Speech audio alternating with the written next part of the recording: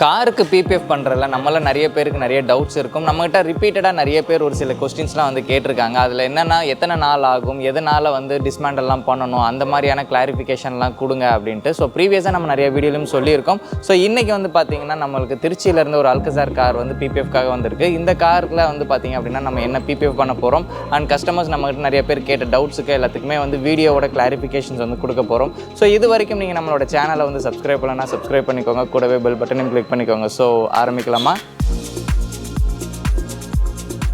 பொதுவாக காருக்கு பிபிஎஃப் பண்ணணும் அப்படின்னா நிறைய பேர் நம்மகிட்ட கேட்குறது, எங்களுக்கு ஒரே நாளில் வந்து பண்ணி கொடுப்பீங்களா அப்படின்னு கேட்பாங்க. ஸோ ஒரே நாளில் பிபிஎஃப் பண்ணுறது அப்படின்றது சாத்தியம் இல்லாதது. எதனால் அப்படின்னு பார்த்தீங்கன்னா இந்த ப்ரிப்பரேஷன் ஒர்க்குக்கே வந்து பார்த்திங்கன்னா உங்களுக்கு 2லேருந்து 3 நாள் ஆகிடும். ஸோ அந்த ப்ரிப்பரேஷன் ஒர்க் என்ன அப்படின்னு பார்த்தீங்கன்னா, ஒரு கார் வந்துச்சு அப்படின்னா அது புது காராக இருந்துச்சு அப்படின்னா உங்களுக்கு அதில் வந்து வேலைகள் வந்து கம்மியாக இருக்கும். என்ன தான் புது காராக இருந்தாலும் அதில் வந்து நம்ம வந்து ப்ரிப்பரேஷன் ஒர்க் கண்டிப்பாக பண்ணி ஆகணும். வாஷு, பாலிஷ் இதெல்லாம் பண்ணினதுக்கப்புறமேல் தான் வந்து அதில் வந்து பிபிஎஃப் ஒர்க்கே வந்து ஸ்டார்ட் பண்ணுவோம். ஸோ பிபிஎஃப் ஒர்க் ஸ்டார்ட் பண்ணுறதுக்கு முன்னாடி வந்து பார்த்திங்க அப்படின்னா இதில் இருக்கக்கூடிய முக்கியமான பார்ட்ஸ் எல்லாம் வந்து டிஸ்மேண்டல் பண்ணணும். அதாவது வந்து பார்த்திங்க அப்படின்னா door handles, mirror cup, antenna, அதுக்கப்புறமேல் டெயில் லேம்ப்பு, அதுக்கப்புறம் வேறு ஏதாவது ஆக்சசரிஸ்லாம் போட்டிருந்தாங்க அப்படின்னா இதெல்லாம் வந்து ப்ராப்பராக வந்து டிஸ்மேண்டல் பண்ணினதுக்கப்புறமேல் தான் பிபிஎஃபே வந்து இன்ஸ்டால் பண்ணுறதுக்கு ஆரம்பிப்பாங்க. ஸோ இது எதனால் அப்படின்னு பார்த்தீங்க அப்படின்னா இந்த வீடியோவில் வந்து பார்க்கும்போது உங்களுக்கு வந்து நல்லாவே தெரியும். ஸோ இந்த வீடியோவில் வந்து பார்த்திங்க அப்படின்னா சின்ன சின்ன கார்னர் எல்லாத்துலேயுமே வந்து பார்த்திங்கன்னா ப்ரஷ் வச்சு நம்ம வந்து க்ளீன் பண்ணுறோம். எதனால் அப்படின்னு பார்த்தீங்கன்னா புது காராக இருந்தாலும் சரி, பழைய காராக இருந்தாலும் சரி, இந்த மாதிரியான நூக்ஸ் அண்ட் கார்னர்லாம் வந்து டஸ்ட்டு போய் அக்குமுலேட் ஆகிருக்கும். ஸோ இது என்ன தான் வாஷ் பண்ணாலுமே வந்து பார்த்திங்க அப்படின்னா ப்ராப்பராக வந்து வெளியில் வராது. ஸோ இதெல்லாம் வந்து டிஸ்மேண்டல் பண்ணிவிட்டு இந்த மாதிரியான கேப்ஸில் இருக்கக்கூடிய அழுக்கெல்லாம் வந்து ப்ராப்பராக க்ளீன் பண்ணிவிட்டு ஒட்டும் போது தான் உங்களுக்கு ஒரு டஸ்ட் இல்லாத அளவுக்கு வந்து வண்டியை வந்து நம்ம ப்ராப்பராக பிபிஎஃப் வந்து இன்ஸ்டாலேஷன் பண்ண முடியும்.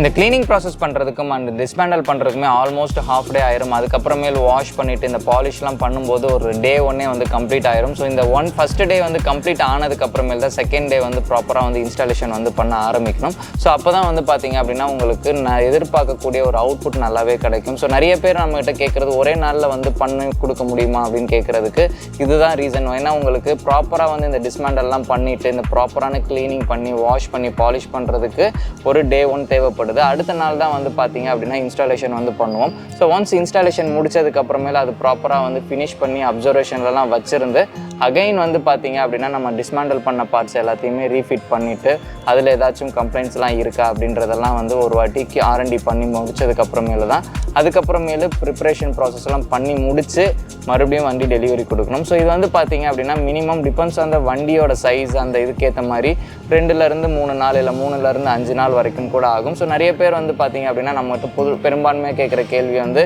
காலையில் கொடுத்தா சாயங்காலம் கிடைக்குமா அப்படின்ட்டு. அப்படியும் ஒரு சில பேர்லாம் வந்து பண்ணி கொடுக்குறாங்க அப்படின்னு கேட்குறாங்க. ஸோ அப்படி அவங்க பண்ணி கொடுக்குறாங்க அப்படின்னா அது குவாலிட்டி எப்படி இருக்கும் அப்படின்ட்டு யோசிங்க.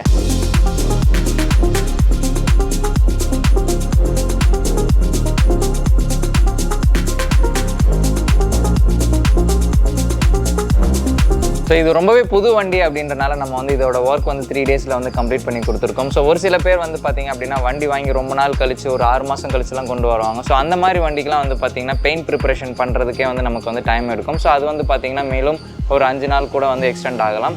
ஸோ இதனால தான் வந்து பார்த்திங்க அப்படின்னா நம்ம வந்து டைம் அதிகமாக கேட்குறது வந்து அவுட்புட் நல்லா வரணுன்றதுக்காக தான். ஸோ நீங்கள் எந்த ஒரு டீட்டெயிலிங் ஸ்டுடியோவில் கொண்டு போய் கொடுத்தீங்கனாலும் அவங்க வந்து கேட்குற டைம் பீரியட் கொடுத்தீங்க அப்படின்னா உங்களோட அவுட்புட் நல்லா வரும் அப்படின்றதையும் இந்த இடத்துல வந்து சொல்லிக்கிறேன். ஸோ கஸ்டமர் வந்து எதிர்பார்த்த மாதிரி வந்து பார்த்திங்கன்னா அவருக்கு வந்து ஒரு 5 இயர் டியூரபிலிட்டியில் நல்ல ஹை கிளாஸி பிபிஎஃப் வேணும் அப்படின்னு வந்து கேட்டிருந்தாங்க.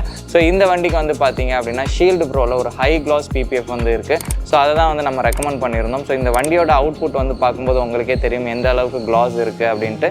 ஸோ வண்டியில் வந்து பார்த்திங்க அப்படின்னா பெயிண்டில் வந்து ஒரு சில வந்து ஃபீட்பேக்ஸில் வந்து நிறைய பேருக்கு வந்து தெரிஞ்சிருக்கும். ஸோ இந்த அல்கசாரோட பெயிண்ட்டு அதர்வைஸ் வந்து பார்த்திங்கன்னா இந்த கிளாஸ் லெவல் வந்து ரொம்பவே வந்து இம்ப்ரூவைஸ்டாக நல்லாவே வந்து இருந்திருக்கும் அப்படின்றத வந்து இந்த இடத்துல வந்து நான் வந்து தெரியப்படுத்திக்கிறேன்.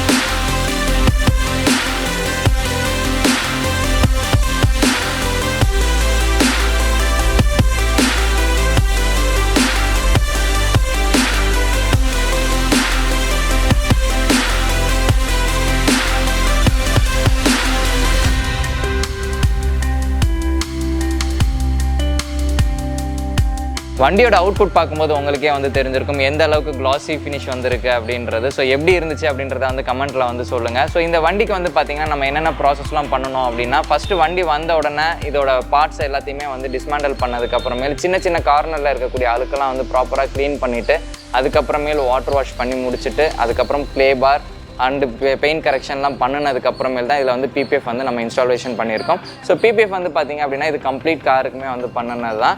ஸோ இந்த வண்டிக்கு வந்து நம்ம முன்னாடியே சொன்ன மாதிரி ஷீல்டு ப்ரோவில் 5 இயர் வாரண்டி ஃபிலிம் தான் வந்து போட்டிருக்கோம். பட் நம்ம ஊரோட வெயிலுக்கு நாங்கள் ரெக்கமெண்ட் பண்ணுறது 3 இயர் வரைக்கும் யூஸ் பண்ணுங்கள் அப்படின்ட்டு தான் கஸ்டமர்ட்டையுமே வந்து சொல்கிறது. ஸோ ஒவ்வொரு வண்டிக்குமே வந்து நாங்கள் வந்து எந்த ஃபிலிம் போடுறாங்களோ அதோட டியூரபிலிட்டி வந்து நாங்கள் அதுக்கேற்ற மாதிரி கஸ்டமருக்கு வந்து சொல்லுவோம். நிறைய பேர் இந்த கேள்வி வந்து நம்மக்கிட்ட கேட்பாங்க.